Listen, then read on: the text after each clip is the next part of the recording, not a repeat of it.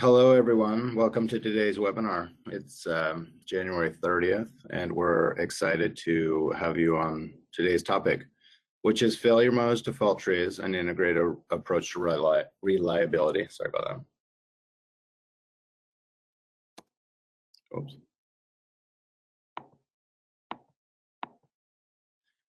My name is Jeremy Heenek. I also have several people online with me today. David Wiseman and Florian Schmidt will be doing the bulk of the presentation, showing the software today. I also have some people to help me with questions. From our Peak Avenue group. Rachel's online as well. She'll be helping answer questions during the webinar. A lot of you guys have heard this, but just a recap on the company, Isograph, where I came from, has merged with Peak Avenue to include Plato and IQS. Each company has their strengths. Isograph is, of course, focused on RAM software products. Plato has a product development process using FMEAs and control plans. The IQS is our quality center. It has the options available for APQP, CPAP audits, things like that. Today, I wanted to point out that we'll be using the INS software under Plato and the reliability workbench software under Isograph. And so under Isograph, it would be the reliability workbench fault tree, and under Plato, it's the online FMEA software and the block diagrams. Just a quick agenda. I'll just chat really quick about FMEAs and fault trees. Then we'll go into the presentation. At the end, I would like a little bit of feedback from you guys. I know a lot of people have attended these webinars. It'd be nice to get some feedback on topics you might like to hear. So I've laid out a few topics we can use. I just want to see if they're of interest to you. During the web meeting, there's going to be a lot of people on the meeting today. So if you have questions, post them in the questions dialogue, and either myself or Rachel will answer the question.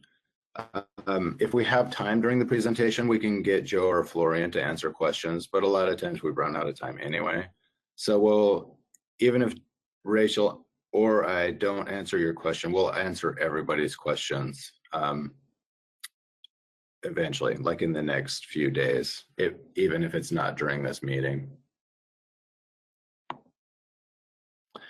So let's get started. So today's topic, I'm saying FMEAs. On the Plato side, Florian will be able to correct me or show additional views of FMEAs and block diagrams.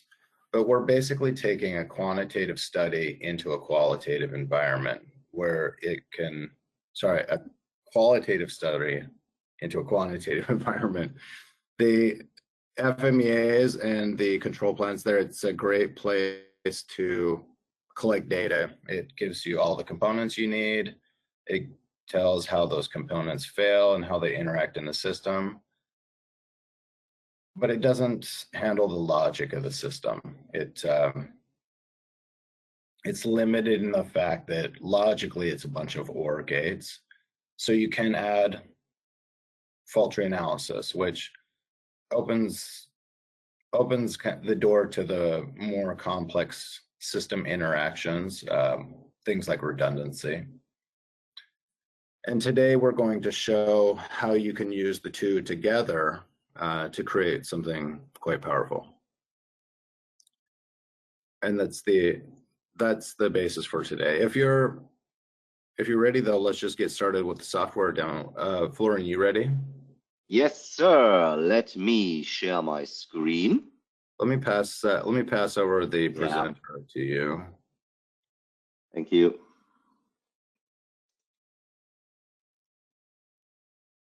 So, and hopefully everybody can see my screen now. I have unfortunately lost the presentation view. So if you could quickly confirm that you can in fact see my screen. Yeah, I can see it, Florian. Very good. Let's assume everybody else can. Got to work with assumptions. So yeah, what you can see on the screen right now is in fact the aforementioned 1 tool from Peak Avenue, formerly from Plato. And it is basically our flagship FMEA module, our flagship FMEA platform that we currently have. Amongst other components, this is really where 1 shines. And just FYI, 1 is a German word, is for the English word one. There you go. And yeah, I have, for your benefit today, set up a little example of an airbag system, as you can see on the far left side of the screen. It is, and I need to say that up front, a very, very simplified example because it should serve for training purposes and for training purposes only. So we thought better keep it simple, not to take or to make a sensory overload here. But I would like to show a couple of things that Jeremy just mentioned in the last couple of minutes. And would like to show you how this looks within our software. So I guess I would like to start with the standard FMEA form. Within 1, you can work within a normal FMEA form, basically starting from your requirements that you do need to list down your failure modes for your functions / requirements, failure causes, failure effects. If you have effects, obviously this is the utmost level in our little example, so there are no effects, at least none that I have set here. But as you can see, our failure mode that we do have here, for example, the failure mode airbag system triggers without an accident situation, can be caused by a multitude of things. The speed change measured incorrectly, the speed change incorrectly reported to the airbag control system, and so on and so forth.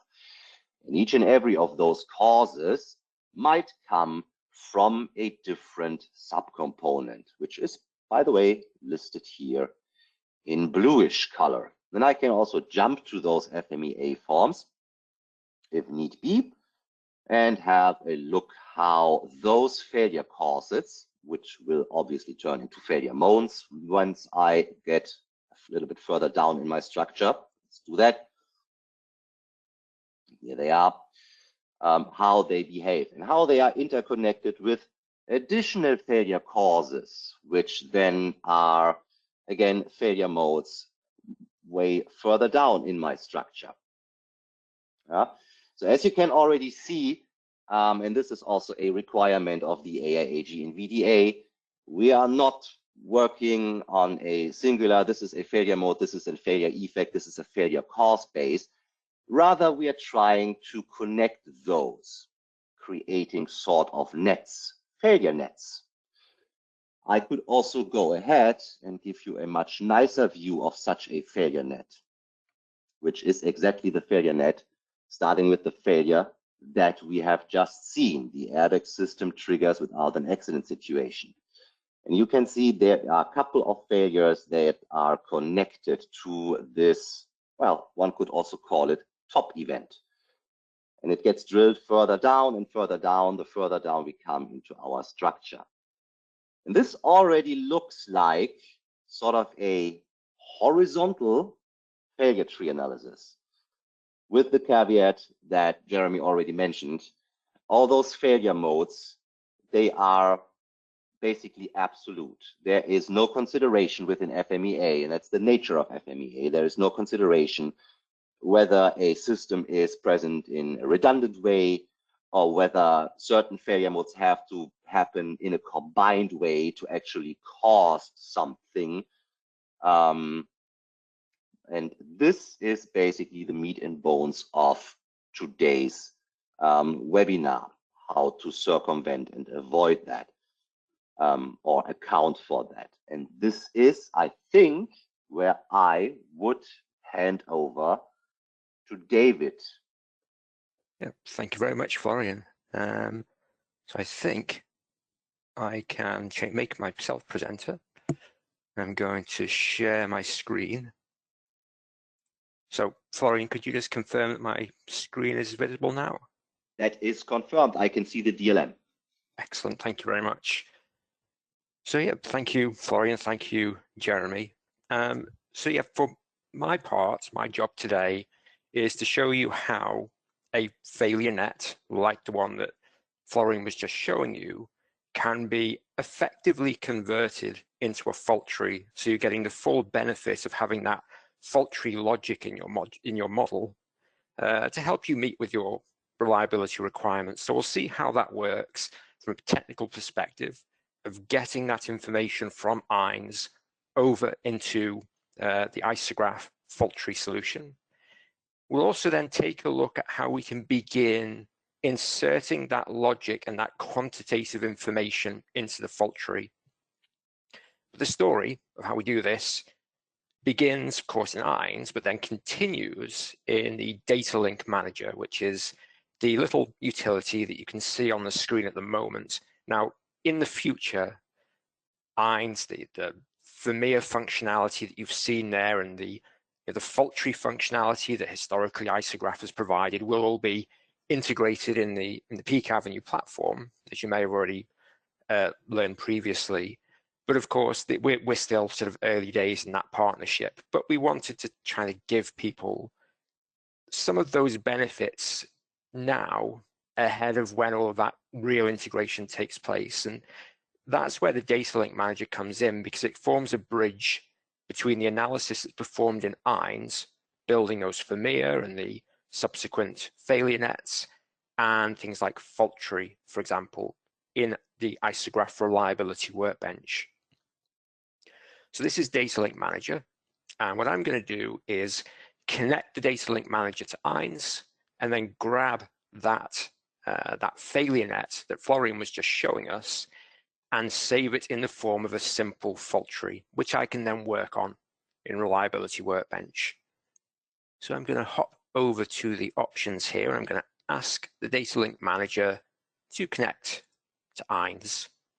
So all my connection information is in there. You'll have to trust me on that. I'm not going to show it on the screen, but I will now go to links, and I'm going to transfer my INS failure net into a reliability workbench fault tree.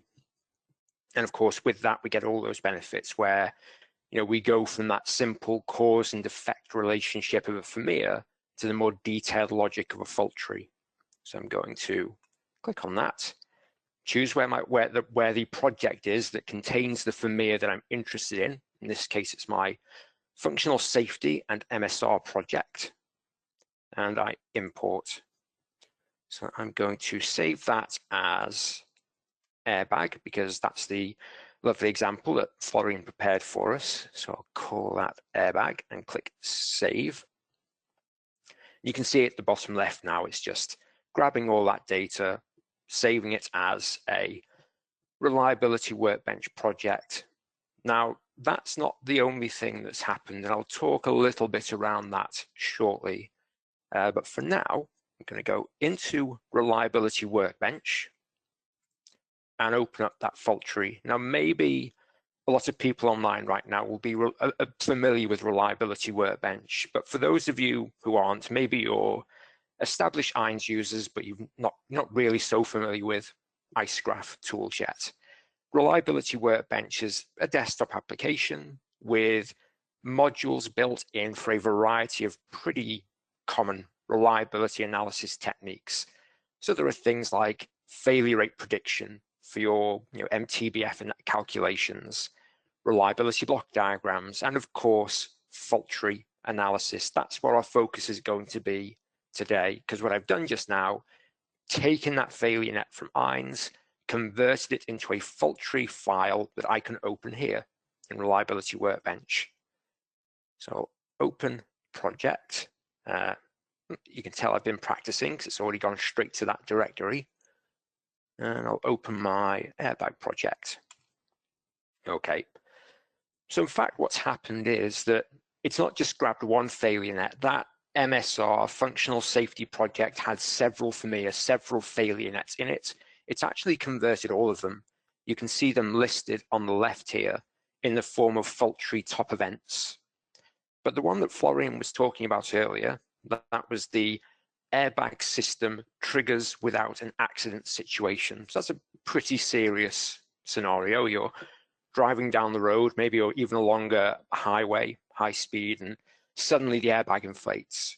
That's a pretty catastrophic situation for that to occur. So we might want to look at that more closely, determine where the critical points in the system are, how we might be able to improve the probability of that occurrence, reduce it however we can.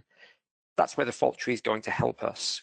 So let's have a look at the fault tree that's been created. So if I click on that, there is my fault tree. Now you can't quite see it all on the screen. I might briefly zoom out just so you can see the full structure that's been created. I will zoom back in a moment because I understand it's going to be very hard to see otherwise, but there's the full fault tree that's being created. I'm just going to hop back out to the default scale. Okay, so there's my fault tree. There is what in the FMEA would be the system level failure, which in my fault tree becomes the top event, the scope, the top gate of my fault tree. Airbag system triggers without an accident situation. Just out of interest, you can see there's a little icon next to that top gate. That's actually a hyperlink that goes back to the FMEA, to that system level failure in INS. I'm going to be a little brave. I'm going to click on it. And I'm going to log in to INS. And you can see it takes me straight there.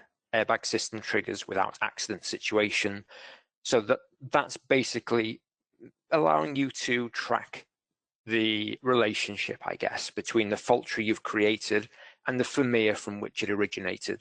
You have a little hyperlink that lets you jump back to that place in INS if you need to. I'm going to move that out the way again. Other than that, really what you have is just your failure net reproduced as a simple fault tree. Because of course the failure net is just showing the very basic cause and effect relationships between component failure modes and system level failures. Which system level failure does each failure mode contribute to? And that's what you're seeing here in the form of a fault tree. Can we leave it there? Have we, is the webinar over? I've converted the failure net to a fault tree. Is that job done? Well, clearly it's not.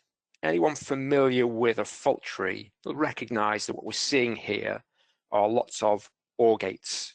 Why would the airbag system trigger without an accident situation? Well, it might be because the airbag wasn't deactivated even though there's implausible data, or it might be because speed data from the crash sensor was incorrectly accepted, or some other problem. It's all logic. In the end, what that would mean is that any single failure that you can see in this fault tree, any single event, would lead to that scenario occurring. And the reality is that that's probably not the case. You wouldn't have a scenario where every single failure is a single point failure, where every single individual failure would trigger that catastrophic event on its own. There should be some kind of logic here. It should be that actually it would take more than one failure to cause this problem. In a FMEA, you can't have that. In a FMEA, you cannot say, my system level failure would only occur if this failure mode and this failure mode and this failure mode all occur together. It's just a simple representation of which failure modes contribute to that system level failure, regardless of whether there's some other failure required to happen as well. But a fault tree, again, would allow us to take account of that. So we're here now with a fault tree. We can begin editing it to kind of build in some of that logic, build in a bit more structure so it makes a bit more sense. So let's start at the bottom here. One of the problems that might lead to this failure eventually, that might lead to this problem, is that there is a faulty electrical connection of one of the components. And that could happen because of a range of potential electronic component failure modes that you can see here. So things like change of value, capacitor failure, maybe a short circuit of a resistor, something like that. But someone might look at this level of the fault tree. They might look at this and think, well, okay, these are all the failures that might contribute to our catastrophic problem. Why are there two of these? They appear to be the same failure. Similarly, I've got two of this failure mode. I've got two of this failure mode. What's really going on here? Well, this again goes back to some of the information that we have in INS, information that has been brought over to fault tree, but which maybe isn't visible to us just yet. Obviously, what we have here are failure modes of different components. So it might be we have two different resistors or something, let's say, and each of those might undergo that same failure. That information has been brought across. We do have the information in our model here of which component each of these failures relates to. It's in the notes fields for the events. I'm not going to start digging through all of those dialogues to show you. There is actually a simpler way for me to show that in my diagram. So I'm going to go into the view menu, and I'm going to ask the program to show me a bit of pop-up text. Specifically, what system element does each event relate to? Click OK. And now you can see I get this little icon next to each event and gate, and if I hover over it, you can see that one's R30, I guess a resistor, R30, C1, a capacitor, R200, R300, sorry, R30, and so on. So I can now see which element each of those events relates to. So I might restructure my tree a little bit just to make that clearer in the structure, not because I need the logic necessarily, but so my fault tree is more intuitive. So when I show this to management or I show it to a client, they better understand what it is I'm trying to convey. So I'm going to add a couple of extra gates just underneath here. So one of the reasons that I might end up with some kind of electrical fault in my airbag control unit, in my ECU, might have a failure of the resistor R30, or I might have a failure of the resistor R200. And I'm just going to move each of these events underneath the relevant gate. So that's an R30 event. Now, again, to avoid lots of menus and dialogues, I'm not going to use sort of cut and paste buttons for this. I'm using hotkeys. So if events look like they're magically moving from one place to another, it's because I'm using things like Control X and Control V just to kind of streamline this process. I'm going to cut that event out from here. I'm going to place it there. So I'm going to do that with each of these events. Maybe the capacitor one I'll leave as it is since it's only a single event. But I will move that to the 200 gate. That one to 30, that one to 30. And these last three, cut and paste underneath the R200 gate. So now, why would there be this electrical fault? Well, the capacitor might fail, or there might be a failure of either of these resistors. Why would one of these resistors fail? Could be because any one of these failure modes has occurred. It's your classic top-down fault tree. So now it's a little bit clearer what's happening. Has this changed the logic of the fault tree in any way? No, it hasn't. This fault tree will behave exactly the same now as it would have done before I made these changes, because it's still just all logic. But visually, it's now easier for me to understand why my fault tree is the way it is, what these events refer to. And making a fault tree that is understandable is almost as important as one that accurately reflects the logic of your system. So it's more easily justifiable. So we can see now where these failures are coming from. Maybe there's one other place I'll pop in a little bit of very simple logic, and that's here. So I've got these two events that might result in incorrect speed information being sent to my ACU, being sent to my airbag system. One is that the speed change may be incorrectly reported. The other is that the sensor itself might measure that speed change incorrectly. So I'm going to just, again, add another gate. And I'm going to move these two events underneath.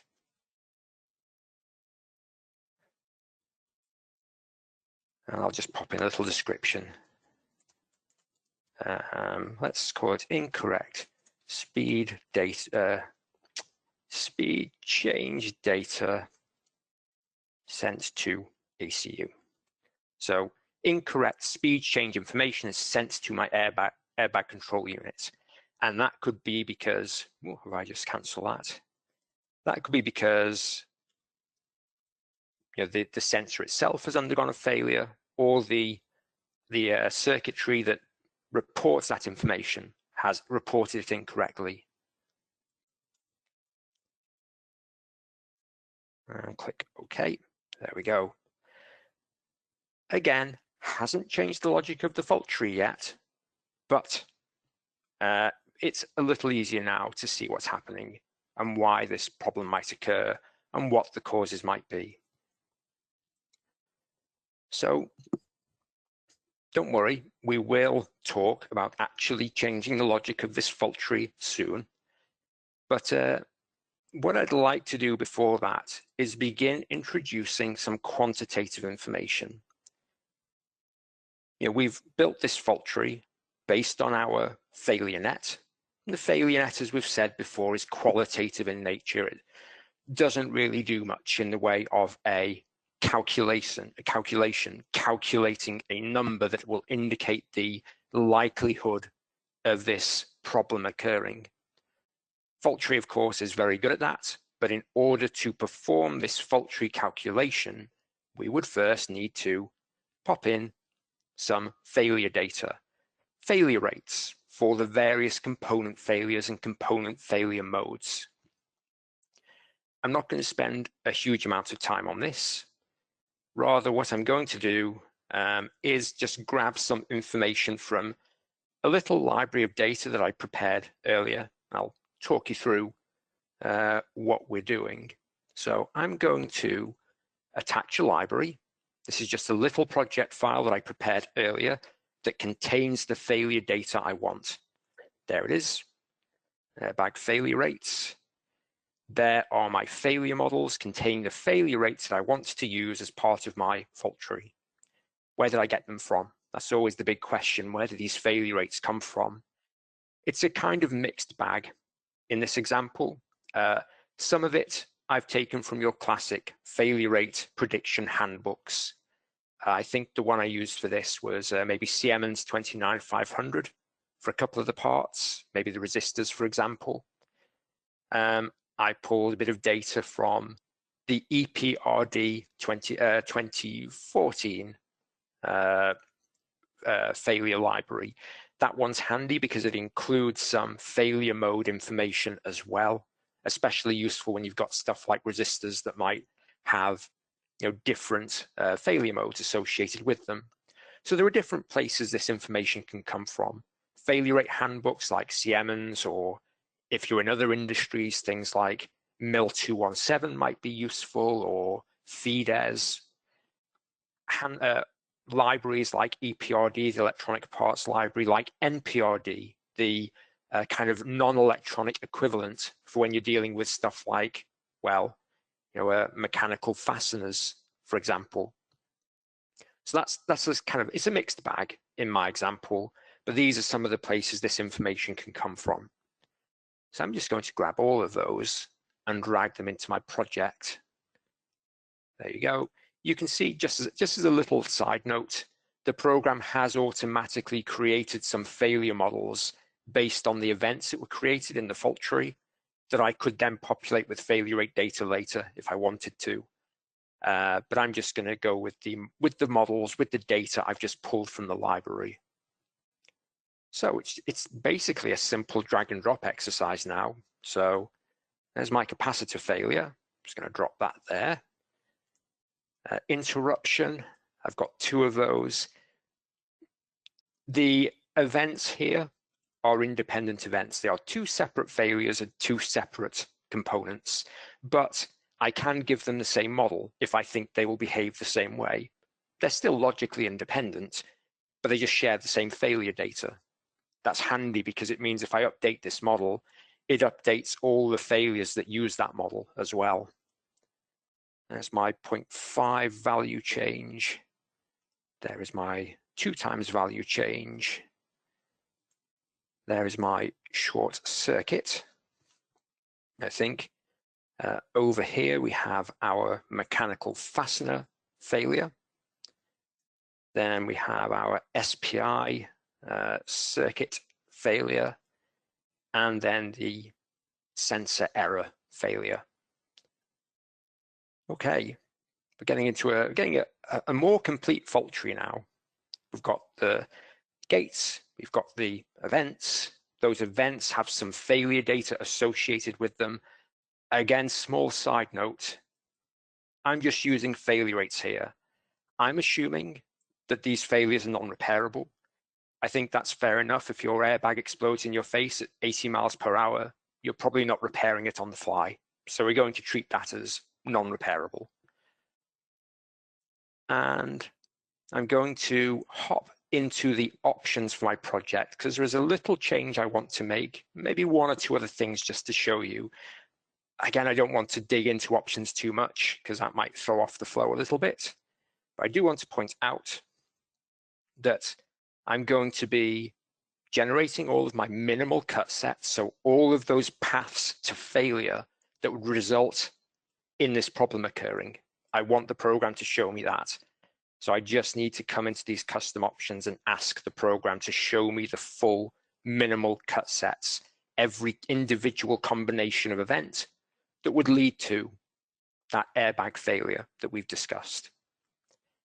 And I'd just like to show you also, for the purpose of this model, I'm assuming a lifetime of 1 hour, because with these automotive functional safety examples, very often you're dealing in the probability of failure per driving hour. So just having a lifetime of 1 hour will be sufficient for this model. Okay. So in a moment, I'm going to run an analysis of this model, and I'm going to see what kind of probability we have of experiencing this catastrophic failure. But in functional safety, and this is not just automotive functional safety now, this could be in industry. You know, you're dealing with mechanical systems in, say, a manufacturing environment or a refinery or process environment. You have safety systems, and depending on maybe the safety integrity level, the SIL, for example, there is a target probability or a target probability of failure on demand or per hour that you need to hit in order to meet your SIL target.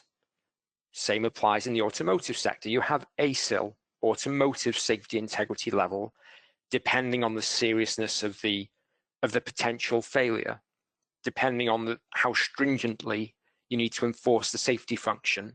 You have a different probability of failure that is acceptable, different target probability.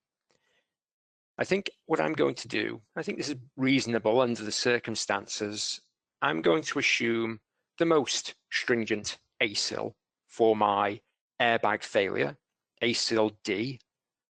I'm actually going to put that into my diagram for illustrative purposes. I'm going to put in a little label just here.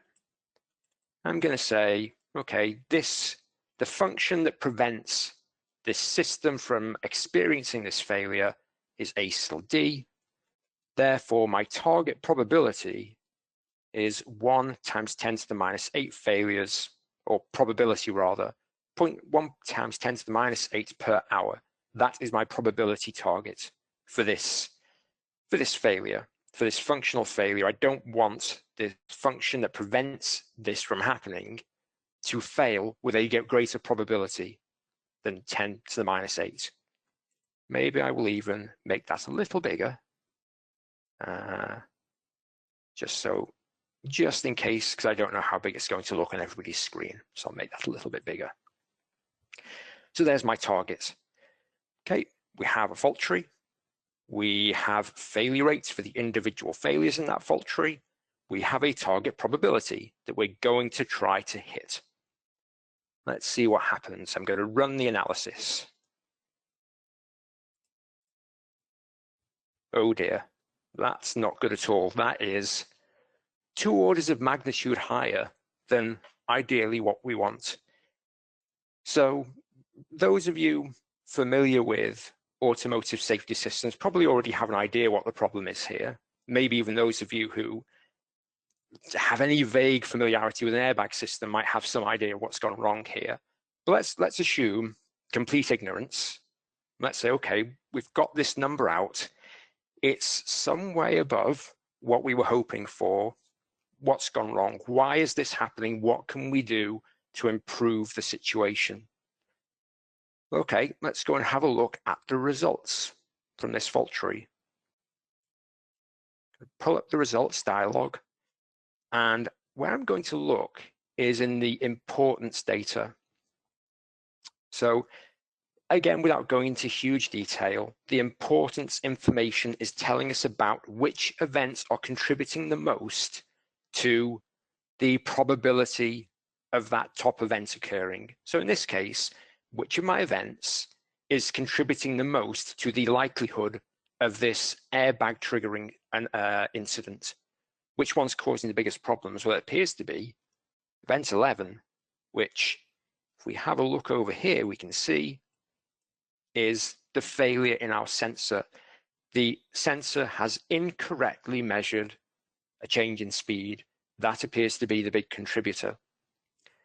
Well, let's come back to what we said earlier. Anybody with even a vague familiarity with an airbag system would know that vehicles fitted with an airbag typically do not just have one sensor. They will have an array of sensors, several of them. And in order for the airbag to deploy, more than one of them would have to be tripped. More than one of those sensors would have to send a signal saying there has been an impact before the airbag would deploy. We've only got one, which means that if one sensor sends a signal, pop, the airbag's going to come out.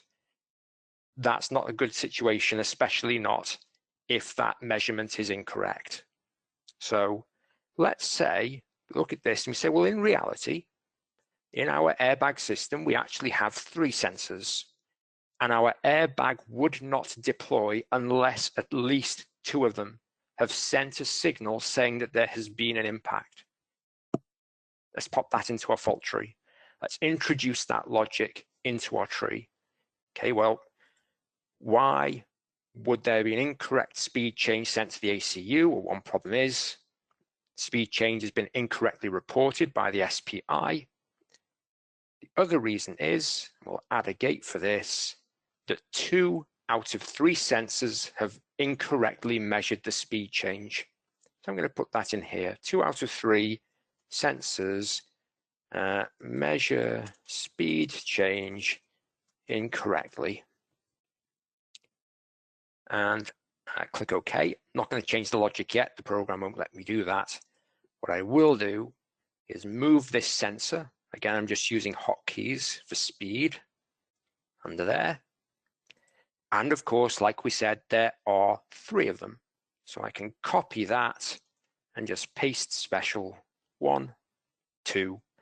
So now I've got these 3 events, each representing a different sensor. One last little thing to do, go into that gate and say, that's a vote gate. And this gate would only fail if at least two of its inputs are in a failed state.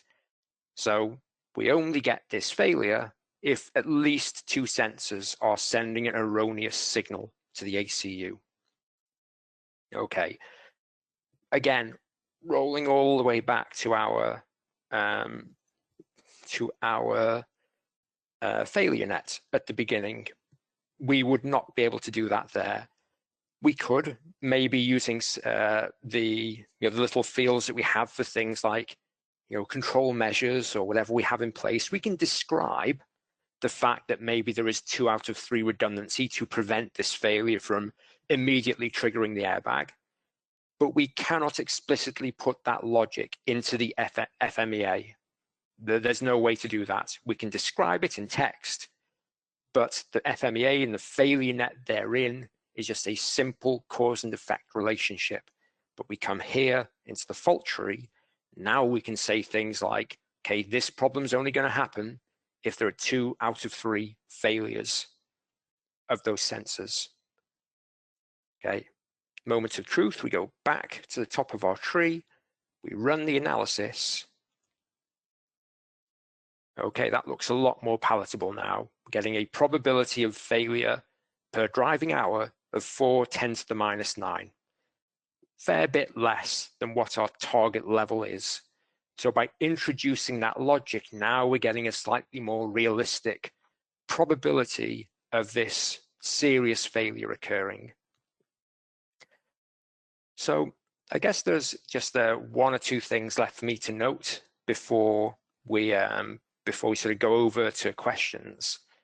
One thing, remember earlier, I went into the options for the program and I showed you that we can ask the program to show the full minimal cut sets for the fault tree.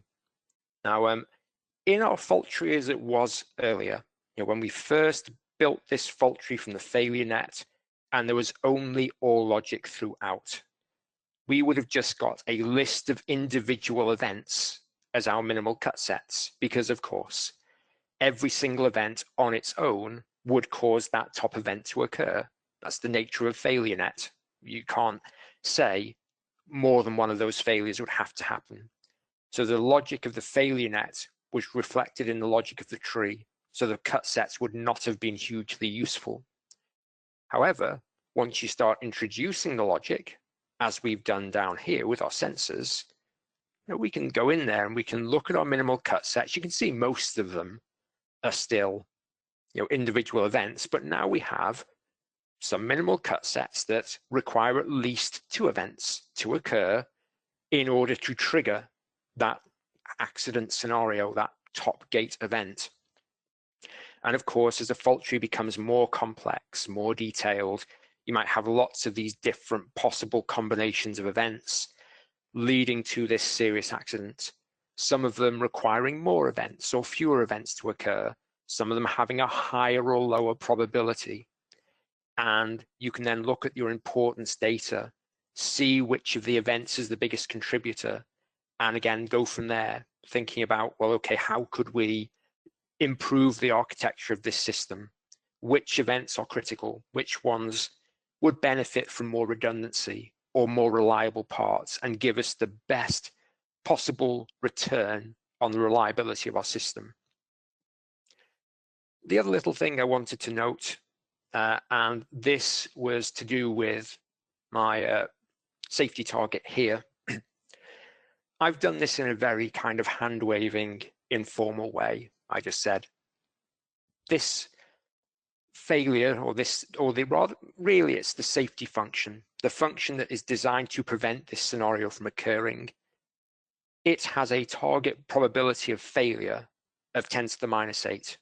It's A∠D. I just basically said that and put in a label in my tree. Naturally, there are formal ways of establishing what the target probability should be. In the case of, say, the automotive sector, you might do something like a hazard analysis and risk assessment, HARA, depending on what tier of the kind of production process you are operating at. Reliability workbench handles that through a tool called safety assessment. So what I could have done was build a HARA in safety assessment, establish that the hazard is that the airbag system triggers about an accident situation, and then, based on the seriousness of that accident, assign an ASIL, and from that, a target probability, fed that back to my fault tree, and then done this analysis. I didn't want to muddy the waters of our webinar by showing even more functionality alongside what we've already seen. There's already 3 different tools we've looked at, but that's an option. Similarly, there are processes like that, I think, for industry, so functional safety there. In aerospace, of course, there are the system safety assessment handbooks that follow a similar procedure. So obviously, like I said, I just kind of pulled this, well, I didn't pull this number out of the air. It is from ISO 26262, but I did just kind of say what my target was without any formal procedure. But of course, you could go through that process as well. And then, yeah, beyond that, it's just a matter of pulling out your results, pulling out the results of your analysis, which could be done in the form of a report, which can be published into things like PDF, into Word, exporting it to Excel. There are lots of ways of getting this information out of a model like this. But yeah, I think just to summarize a little bit there, we took the failure net from INS via the data link manager, pushed it into the reliability workbench software in the form of a simple fault tree that consisted of nothing but or logic.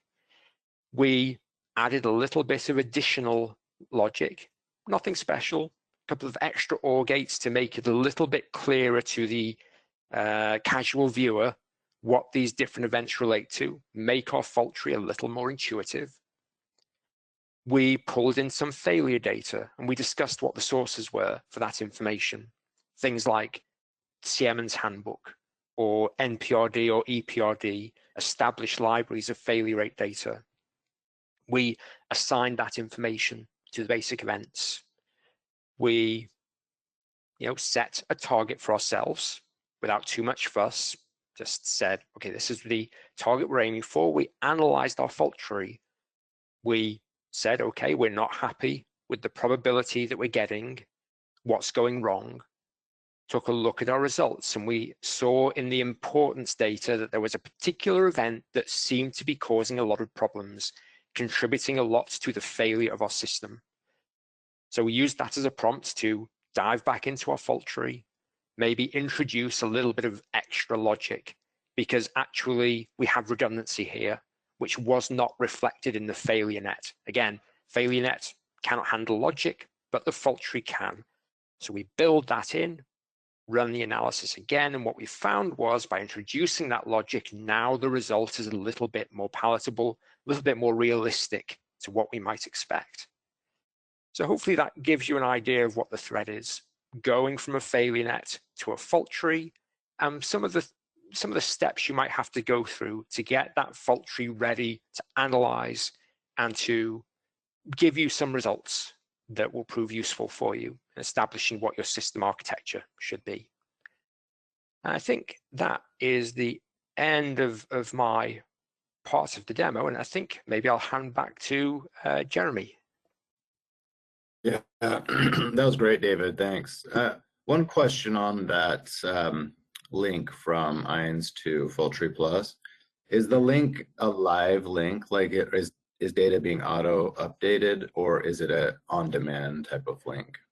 No, so it would be on demand. Now, this is something I really only touched on very quickly. Now, obviously, you saw at the start that you can ask the program to, I'll switch it back. You ask the program to show like the hyperlinks, and that hyperlinks back to the original FMEA, sorry. But actually, in the data link manager, what's also happened when I sent that information across, is the program's created a set of links as well in the data link manager itself, which kind of acts as an intermediary between INS and fault tree. Now, if I look at this one here, you can see each of these. If I go underneath the airbag system triggers, this is the failure I was looking at earlier. The different gates, the different events, they are linked via their respective URLs. Now, you can, in the data link manager, create a kind of, I guess, a set of business rules is what you might call them, where you can ask the program to read and write information between the two tools. So mostly I think it's qualitative in nature, so things like notes fields and stuff like that. But if the data link manager can show you diagrammatically where there are inconsistencies, where the fields that you've mentioned in your business rules don't match with each other, and then you can update. Now, I know this certainly works INS down to fault tree. I don't think I've tested it the other way. I think just with the qualitative data, you can do that. So it's not being updated live. There's a lot of information you can move with an extra button click through the data link manager, where you can do things like update values, and the program looks for inconsistencies between linked objects in INS and fault tree and just brings them up to date. So you would be using the data link manager to do that. Yeah, thank you, David. That was a great presentation, David. Let me just show a couple slides to finish up. Can you see my screen again, David? Yeah, I can. So as we close this down, I mean, I wasn't able to get to, there are a lot of questions that need to be addressed, but those will be addressed by myself or Rachel here in the next little bit. Before we end, I was hoping to get, we have had quite a few people attending these webinars. I was hoping to get some feedback from you. I plan on doing a webinar every month for the whole year. Of course, we're trying to spread around the topics a little bit. Oh, you know what? I didn't realize my camera wasn't on. Not that you guys want to see me. Oh, now I can't see my presentation. Never mind. I'm going to turn that off. So here's some topics that we've considered. One is the spurious trip.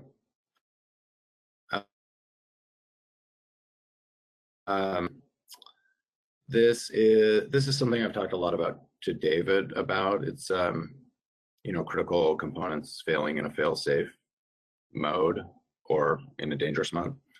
MTBF, someone suggested this topic, but they said you should wear, a striped shirt like a referee and a whistle. There's a lot of opinions on MTBF. I think it'd be interesting to talk through people's opinions on MTBF and how it's calculated. We can kind of go through all the places we can use that data. I think it sounds simple, but I think it could be quite a good conversation. Cost-benefit ratio. This is actually one that I love personally. And this goes into Monte Carlo simulation. Again, FMEAs, but we're running simulation on the FMEAs. It's running systems to failure is, there's a lot of reasons not to do it, of course, because it takes your system down, but there's actually reasons to do it if it's a cost benefit to your company. But how do you make that decision, and how big of a cost benefit are we talking about? It's actually a really interesting conversation. The last is failure frequency versus unavailability. This was one that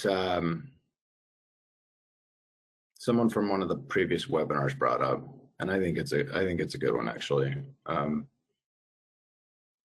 But we can go over, the math is different, where it's used is different, and what it's showing is different. But maybe it's not as clear.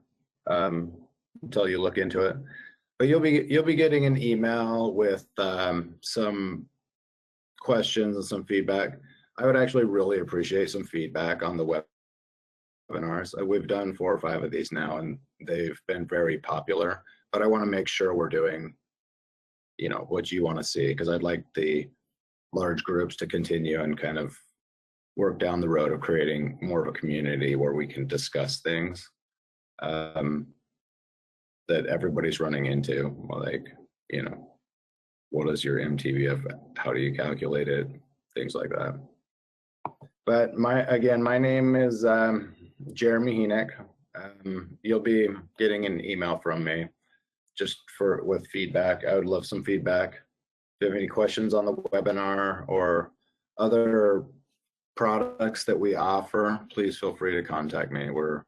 We love having these conversations. And even if you're not going to buy it, we can show you what it does.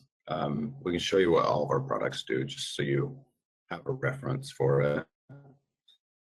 But with that, I think I'll end this webinar. Thanks for attending, and I appreciate your support. Thanks.